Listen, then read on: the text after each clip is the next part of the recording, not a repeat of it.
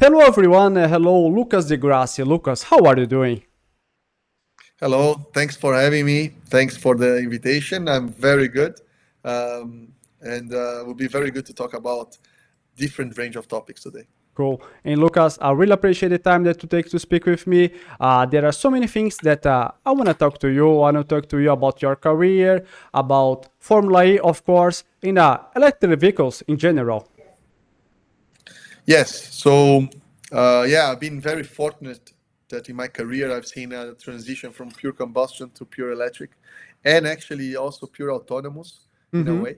So yeah, very a lot of changes, a lot of different technologies being developed in these last 20 years that have been a professional driver. So very interesting. Amazing. Lucas, let's start talking about your racing weekend in London in Formula E. Could you give me an overview about your racing weekend? You finished in ninth in the second race, so I think that was your best result in the season. Yeah, unfortunately, it was a ninth place. It was the my first season in Hmm. Formula E without a podium after 10 seasons, and it was mainly due to the powertrain. In Formula Hmm. E, the cars are not the same. Each Hmm. car develops their own motor, inverter, gearbox, software. So there's a lot of work involved, and Formula E is very close. So from Yeah, for first to sure. last, you have less than half a second, and we struggled this year with the Mahindra powertrain a lot. And actually, in 2 years of the Mahindra powertrain, I was the only driver to actually score the podium with the Mahindra powertrain last year. And London was a good way to finish the season Hmm. because we finished on a high. We had a good qualifying, good race, considering the fact that the car is not competitive enough. But I'm not satisfied on finishing ninth or eighth or seventh or sixth. Yeah, I can We need to be imagine. fighting for podiums constantly. So there's a new chapter that actually starts today. So, what can you tell me about new project, Lola and Yamaha? I know Mark Preston is leading the project. I know you did some tests. What can you tell me? How promising is that? So we start. So the announcement that Lola Yamaha will Mm-hmm. join ABT. So there will be a cooperation between the three companies Mm-hmm. to create a new racing team, and Mm-hmm. everything starts from scratch, even if the names are well known in the Formula E market. So Mm-hmm. we start with a lot of experience, but the project starts from scratch, and the aim is to stay long term in Formula E, to Mm-hmm. rebuild the Lola brand, to have the knowledge from Yamaha and the operations from ABT, and turn this into a winning project. And so far, I've been testing the car. I'm very happy, very satisfied with the results. So it's looking good. I see. Hey, Lucas, let's wind the clock back in time. And I want to talk about your title in the season 2016, 2017. How did that change you as a driver? I mean, your confidence, your sense of realization. And I think that was your most important title, I think. Yes, it's my. I have one world title, which is Mm-hmm. that one. I have a vice world championship in endurance. Mm-hmm. Okay, I have Formula E, Formula Three, also a World Cup title. But the the main thing that changed is that Mm-hmm. I dedicated a big part of my career, the pretty much half of it at the moment, Mm-hmm. in Formula E. So 10 years. So to win a title there was very important to me. And after 2 years fighting for the title, be able to Mm-hmm. finish third and second in the first and second season, to win the third season was actually very, very good. And I was very pleased. And Lucas, you won the very first Formula E race back in 2014 in Beijing, China. But your relationship with Formula E started before that. You were like one of the founders.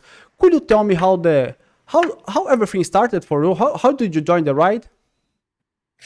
Yes. So the founder of Formula E is a Spanish guy called Alejandro Agag, Mm-hmm. and Alejandro was the owner of one of the teams that I raced in Formula Two Mm-hmm. back in 2008, and we Which won the team was that? construct Sorry. was Adax Campos. Mm-hmm. So Alejandro bought that team. Mm-hmm. I joined the team in the middle of the season, and we won the constructors championship. Mm-hmm. The drivers were me and Vitaly Petrov. Mm-hmm. After that, we became good friends and always looked for different ventures, different partnerships. We did a share ownership of a GP3 team back then. Mm-hmm. And when Formula E started, when Alejandro started Formula E, he called me and said, "I have this new project. Mm-hmm. Would you care to help me to build the company and to build the know-how and everything?" Mm-hmm. And it was a big journey from 2012 I to can imagine. 2014. And I learned a lot, not more on the business side than actually in the driving side. I never drove the car until Mm-hmm. May 2014. Mm-hmm. The car that we raced, I Mm-hmm. drove some of the events car and so on. And the Formula E has been growing ever since. Now the Liberty Media controls the series, Mm-hmm. and the tendency for Formula E to grow more and more.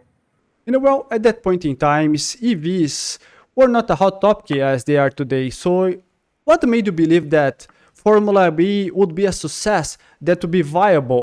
What did you envision? Well, two things mainly: physics Mm-hmm. and the trust in the management. Because you can have a very good idea Mm-hmm. and be very good in timing. If you don't have good people doing good management For sure. in a company, it's not going to succeed. And also, if you're trying to fight against the laws of physics, Yeah, it never works. for sure. So doesn't matter how incredible your idea is. So on the long run, the tendency is for vehicles to gain efficiency. Mm-hmm. And combustion engines, they have a limited efficiency Mm-hmm. of around 35%. Mm-hmm. And the way to gain efficiency with combustion engine is to increase the electrification of the engine, which is what Formula One is doing now, what the hybrid cars are doing now. Mm-hmm. And on the long run, the most efficient motor, the most efficient way to convert energy into motion Mm-hmm. is with an electric motor. They can go up now to 99% efficient. Mm-hmm. And so, therefore, everything that moves eventually will become electric. Mm-hmm. And the problem is not the motor. The problem is actually today are the batteries, and the Mm-hmm. batteries also evolve how to store energy. So that combination of factors Mm-hmm. made me believe that Formula E was going to be a success. The people and the understanding that, okay, if the world is going to be electric, people would like to race this and would like to showcase their technology and would like to develop new technologies, and nothing better than motorsport to do that. For sure. Hey, Lucas, at that point in time, you are driving for Audi on WEC. You are driving the Audi R18, super fast, hybrid. And how that experience was important for you to learn more about electric powertrain, energy consumption, and so on? Yes, so when I joined Formula E, actually, it was more or less at the same time that I joined Mm-hmm. Audi in the WEC and Formula E started, and it was very clear that WEC was going also towards more electrification and more hybrids Mm-hmm. with the LMP1 projects. Those cars were beasts. Those cars, they had pretty much double the horsepower than the hypercars have today. Mm-hmm. Back in the day, over 1,000 horsepower, half from electric, half from combustion. But I understood a lot and I learned a lot about the efficiency, how to drive efficient, how to make the setup of the car, and a lot of other knowledges Mm-hmm. that I could later on, a few years on down the line, transmit or transfer this technology or this know-how to Formula Mm-hmm. E. So it gave me a good base to start. And how did that experience led you to Formula E? Driving for Audi on Formula E. How did everything connect? So I was driving in Audi 4WAC, Mm-hmm. and Audi initially was not involved in Formula E, and I helped to bring Audi to Formula E Mm-hmm. later on. And then when Audi decided to stop WAC, then I and start focus on Formula E, I decided to make the transition also 100% to Formula E in 2018. Mm-hmm. And Yeah, and then I raced in total 9, almost 10 years with Audi Sport as an official driver. So I had a very good relationship with everybody there. I can imagine. Hey, Lucas, let's talk about the auto industry because I know that's something that you are really interested into that. And well, you just kind of mentioned that, but how important is Formula E for the big OEMs developing new technologies?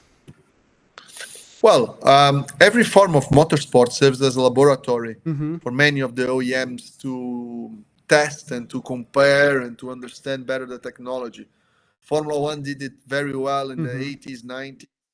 MotoGP the Mm-hmm. same, and Formula E the same with electrification. So having Formula Mm-hmm. E there helps as a laboratory to actually develop the technology that we're going to see in the cars in maybe 3, 5 years time in commercial vehicles. That's why most or a lot of the manufacturers are interested in spend money racing in Formula E because they know that that know-how will be Mm-hmm. transferred to their cars. Not only the image Mm-hmm. of Mm-hmm. winning, but also the know-how will be transferred to Yeah, their for cars, sure. and they'll have a better. And Lucas, I'm thinking about something. Well, all the automakers are moving toward electrification, but Audi, BMW, and Mercedes left the Formula E. That seems kind of nonsensical to me. I'd like to know your point of view about that. That's actually a great question, and I guess the right answer is actually to ask them because also I don't know. Um, Audi left Formula E Mm-hmm. after winning so maybe there was already kind of a cycle that they went through, Mm-hmm. but it made no sense for them now to develop. For me, it makes no sense to develop a completely new combustion engine for Mm-hmm. Formula One because they already announced their plans for electrification. Mm-hmm. Um, but in racing, Mm-hmm. what is interesting in racing is that doesn't matter also the championship, Mm-hmm. only one manufacturer wins. Mm-hmm. So a lot of the manufacturers, if they're not successful, or they are successful and they finish the cycle, they go do something else before moving back again. Mm-hmm. That was true with, let's say, Porsche at Le Mans. That was true to many different manufacturers in many different racing series. And I think for Mercedes, it's clear their focus is Formula One. For Audi, they changed to rally, now back to Formula One. So there was Mm-hmm. a bit of a mixture. And BMW, I think, is focusing more on let's say, commercial looking cars like DTM and Mm-hmm. hypercars and stuff like this. So maybe it was just a strategy that they had. Yeah, makes sense. And Lucas, let's expand the conversation. Well, do you think the traditional OEMs will be capable to hold back these new EV Chinese brands? No, I don't think so. I think the future of the vehicles, especially the Chinese, sorry, the future of the commercial vehicles are mostly Chinese because of the control of the supply chain they have in Mm-hmm. terms of mining, Yeah. making the raw product, making the tier two, tier one component in a much cheaper, more scalable way. Yeah. So for me, Chinese, they will dominate this market, and what the OEMs had, which was the advantage in technology in combustion engines, that does not apply to electric. For a commercial vehicle, it's very simple to do an electric car. That's why you have this explosion of brands Mm-hmm. going around the world. So for me, the only way to control that and to go against that is to create technology like Tesla is doing. Mm-hmm. So to create like the right, let's say, self-driving technology, to Mm-hmm. create the right computer, the right entertainment, the right experience for the user. Because on raw cost of Mm-hmm. manufacturing of the hardware, China, I think, would be very hard to compete with China. Good point. Let's bring the conversation to Brazil. Well, in Brazil, the overall sales of EVs are still low, but they are growing fast. And I'd like to know your view about something. Brazil has a very specific situation, ethanol. In some voices claim that ethanol is even more sustainable than fully electric cars. I'd like to know your opinion about that. The That's a good discussion and a good Yeah, question. yeah, deep, The deep discussion. Yes, but the answer is very simple. The, Mm-hmm. the the the answer is that it depends. Mm-hmm. There is no silver bullet. There is Mm-hmm. no a single solution that can say this is best and this is worse or this is better. I give you an example. What are the most efficient combustion engines that exist in terms of converting, let's say, chemical energy, which is the fuel, into motion? The most efficient engines are diesel engines. Mm-hmm. That's why big ships they have diesel engines. That's why trucks they have diesel engines. Diesel engines are just more efficient. That's why actually in Le Mans we had a diesel Audi Mm-hmm. because our Yeah. fuel tank was so much smaller than the other cars that we could race for more laps, for example. So diesel are better than gasoline. Mm-hmm. Depends. By fuel efficiency, yes. For human pollution levels, no. Diesel pollutes more than gasoline. That's why it was banned in many countries and so on. Ethanol, they have you have less energy density Mm-hmm. than gasoline. That's why ethanol you do less kilometers per liter. Mm-hmm. But they are relatively carbon neutral because the plant Mm-hmm. absorbs CO2 to grow or to create the hydrocarbon, and you burn somewhere else. They are less efficient than gasoline, Mm-hmm. but they are carbon neutral. Are they better? Yes, for a niche like Brazil, but there isn't enough agricultural land Mm-hmm. in the world to turn the whole world into ethanol cars. Mm-hmm. So it can work. So is it good? Yeah. Is it good for Brazil because we have a lot of space, we have a lot of land, we have developed our program since the 70s, the Mm-hmm. ethanol program. So the all the capex, all the development is Mm-hmm. already done. So ethanol is cheap. We have the most efficient and best biofuel in the world by far, which is ethanol, which also has its complications because you have to have the plant that converts Mm-hmm. the Yeah, for the, sure. the sugar cane very close because you cannot transport the sugar cane because it's very heavy and Mm-hmm. so on. But it makes a lot of sense to have ethanol in the mix. Mm-hmm. Electric cars, they pollute more or less. Then depend on the energy grid. Mm-hmm. The energy grid in Brazil is very clean. Yeah. We are 85% renewable because of the huge hydro capacity that we have. Other countries they don't have this hydro capacity, like Mm-hmm. UK, Great Britain. It's Mm-hmm. completely flat. They don't have hydro. They have wind, but most of their energy comes from thermic power plants, like burning fuel. Mm-hmm. Then do you charge the car by burning fuel? Makes also not so much sense Yeah.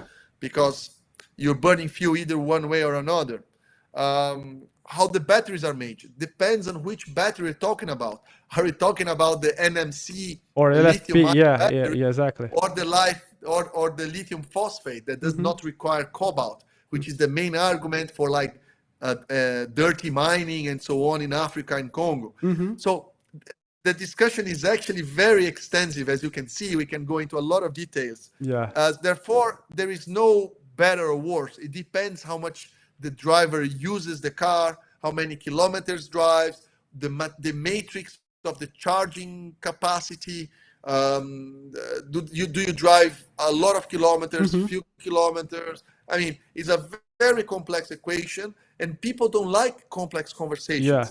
People like headlines. Ethanol is better. Electric is worse. Gasoline is pollutant. But it's not like that. So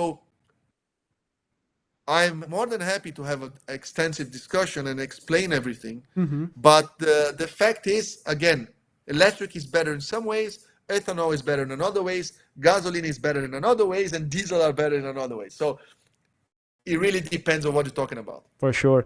So, Lucas, let's go back to racing. Well, consumers' habits are changing. And for example, part of the Z generation do want to have a car or even driving a car. In that new scenario, how important racing still is? And of course, including Formula E. Yes, so that's another point. The more sustainable is actually none of the fuels we talked about. Is actually not owning a car. Mm-hmm. That's more sustainable than actually owning one. Mm-hmm. So it's more sustainable for you to use the car as a service. So Mm-hmm. if you live in a big city, you just take an application like Uber or a taxi and you ride the miles that you need to ride, and then the guy can take you can take some other guy and take to another place. This is much more efficient, or public transportation, on an electric bike, and so on. So the most efficient way is actually not actually driving Yeah. any type of car. Um, and yes, there will be a big shift in a consumer in consumer demand for cars. Mm-hmm. Car is a very inefficient way of spending money. Mm-hmm. Cars, on average, are the second biggest um, usage of capital of a Mm-hmm. single person. Yeah, yeah. The first one is their home. Mm-hmm. The second is a car. But a home is an Mm-hmm. appreciating asset most of Mm-hmm. the time, Yeah. while a car is a depreciating asset. And 90 to 95% of an average car, Mm-hmm. it's of the time it spends standing still, either Mm-hmm. in a parking lot or in a garage. So you're actually putting a lot of capital into something very expensive that Mm-hmm. 90% of the time sits depreciating. Is actually owning a car is a very bad financial Yeah, decision. yeah. Uh, and if you live in a big city, also is a time-consuming and worrying, let's say, psychological worrying, because you Mm-hmm. need to get the license, you Mm-hmm. fines, you have to pay the taxes, and so on. Yeah, You yeah. have to find places to park. So there is a shift in consumer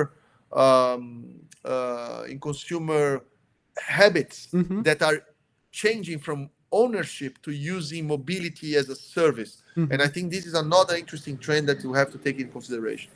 In Lucas, on the other hand, there are many racing fans all over the world, and how appealing is electric racing to them? Do you think they miss the engine sound? Do you think there is a lack of emotional connection? I'd like to know your thoughts about that. Yeah, there definitely for let's say big fans of Mm-hmm. combustion engines, big fans of motorsport, there is a huge problem with, because electric, you have a different experience. Mm-hmm. For new fans, kids and families, is actually something pleasant, because Mm-hmm. there isn't the problem of the sound. Or if you want to race in cities, you can do, because you don't disturb the Yeah, for environment with sure. this Yeah. extra sound. So there are pros and cons, Mm-hmm. and we've been discussing that for a long time now. For 12 years of Formula E, we've been discussing about the noise, having noise, artificial noise, no Mm-hmm. noise, and there isn't a consensus. But definitely for the motorsport fans, this play a big role. I see. And Lucas, I know you have no crystal ball, but how do you see the future of racing on long term? For example, do you think all the championships are going to be fully electric? Do you think the biofuels and full electric will coexist? I think the Formula One is taking this path, at least in a near future. I'd like to know your reflections on that.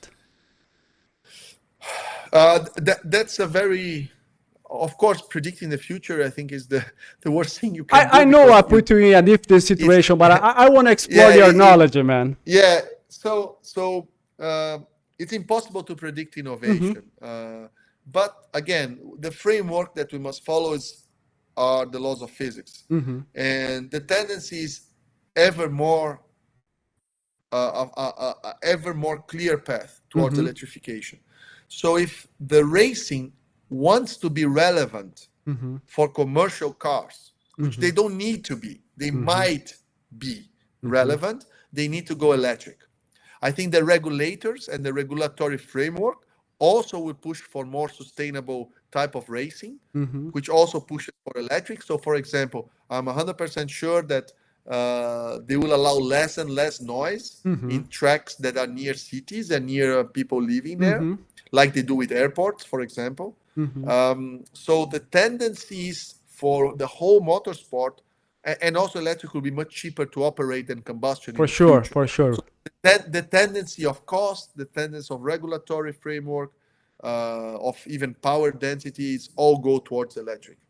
But that not necessarily means that Formula One and NASCAR and other series, they need to go electric. They Mm-hmm. can stay on fuel, offset their carbon, Mm-hmm. or whatever. Anyway, the main carbon emissions of Formula One is on the travel, is Mm-hmm. not on the racing itself. It's like 95% Interesting. Yeah, that's is on interesting the point. build-up of the.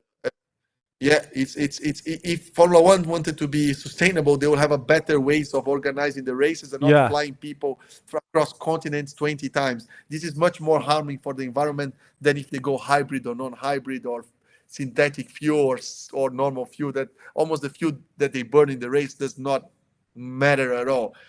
Um, so I think sustainability will have some impact, will Mm-hmm. not be mandatory because people don't like to watch sustainability. They like to be associated with, but Mm-hmm. they like to have emotions. Mm-hmm. And for some people, I think combustions will be the emotional link. So some racing will stay with combustion, and we're gonna have the world. This is on the racing perspective, but the world Mm-hmm. will see a massive shift in the next 10, 15 years towards AI Mm-hmm. and virtual reality and the metaverse. I firmly believe that we're going to see a completely Mm-hmm. different world in 10, 15, 20 years. So maybe that the transition, actually, the discussion is not electric or combustion, Mm-hmm. but the discussion will be virtual and real. Good point. Yeah, Um, yeah. not even so. This maybe is a much more relevant discussion if actually makes sense to produce cars if you can simulate them Mm-hmm. with reality precision in. So imagine that you could not see the difference if you're Mm-hmm. watching from home. You cannot tell the difference between a real Formula One Mm-hmm. race and a virtual Formula One race. Mm-hmm. Will that change how people actually produce as the race? Because then you don't need electric, you don't need combustion, you Mm-hmm. just go fully virtual, and you have the best drivers on the planet racing there. Mm-hmm. It's super safe, it's super cheap. Mm-hmm. So don't need to worry about safety, don't need to worry about traveling, it's more efficient. So Mm-hmm. maybe the discussion that we are having now is not about electric and combustion. This is the discussion of the 2020s. The discussion of the 2030s will be virtual and real. You are blowing my Uh, mind. and I am more and more towards this line of thinking Mm-hmm. than the discussion between electric and combustion. That's interesting. And Lucas, let's talk about ESC. I know you were one of the founders of the series, but how did the idea to create something so uncommon come up? Yeah. So first, I'm not involved with ESC. Is the scooter. So what you're talking about is scooter racing. Mm-hmm. Scooter racing has one promoter, which is ESC, Mm-hmm. that they do their own thing. What Mm-hmm. I founded, or I am a co-founder, is the federation that Mm. created the framework for all the sport to happen. So we are involved in some races, not Mm-hmm. in ESC. So we are involved in the Dubai Cup and some other Mm-hmm. stuff. But what we did create is the federation that controls all these Oh, entities, like interesting.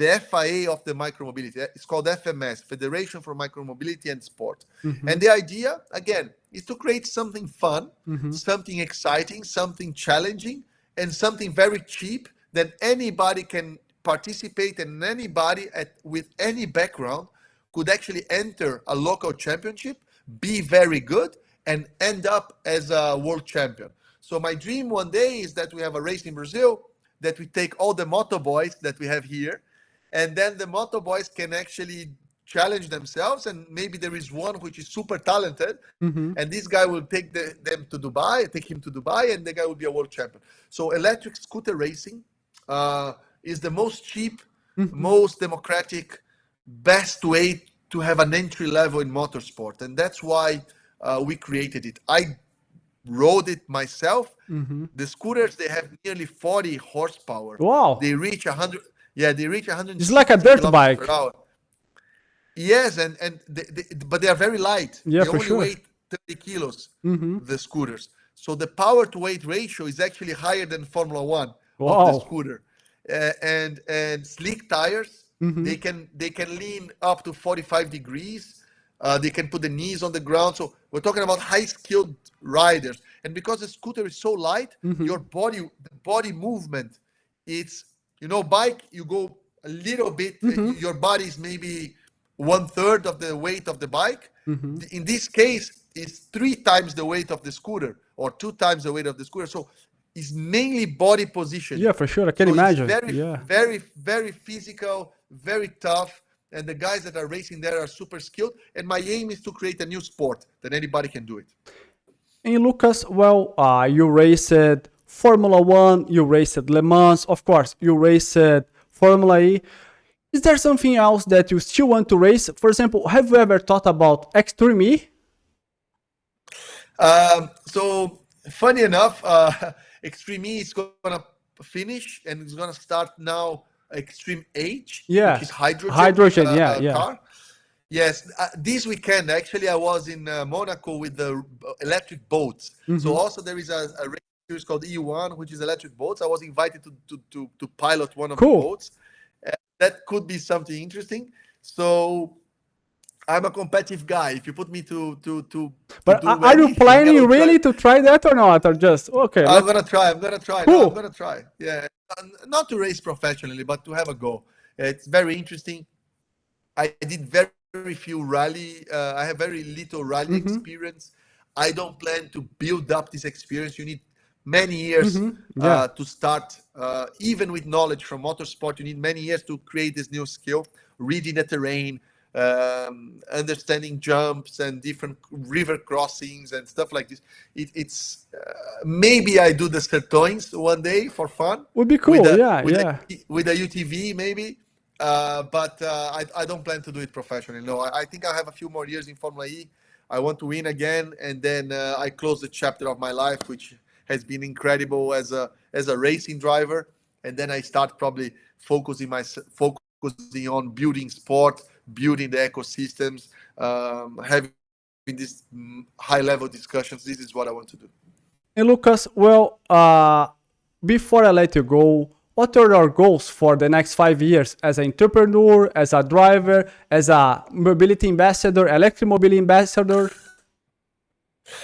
So the main goal, my main priority now is to win again in Formula E. So I just Mm-hmm. started a project with ABT Lola Yamaha. So we're gonna work very hard on that. In parallel, I'm working with to transform the scooter racing into something bigger and bigger and having more events Mm-hmm. under the federation. Um, I have other uh, I have other companies that I've invested that I'm helping to develop in additive manufacturing, Mm-hmm. in a sustainable event, Mm-hmm. in sustainable actually luggage, in many different other things, materials, real estate, and so on. So I'm actually I have a very busy. I hope I do already have a very busy next couple of years, but it excites me a lot because we are in a moment in history that we have so much innovation, so Yeah. much new stuff coming along that yeah, I get excited just by getting in the morning very excited about and getting more knowledge and understanding better the world and actually acting on it and create a more fun, more entertainment, more racing, a better future for everyone really gets me going. So I hope to do this as long as I can. Lucas, thanks a lot. I really appreciate your time. I really appreciate your insights. It was a pleasure to talk to you. I wish you all the best luck in your next endeavors. And let's stay in touch, man. Thank you very much. I appreciate the time and everybody that is hearing and seeing us right now, and hope to come back with more talks in the future. Yes, for sure.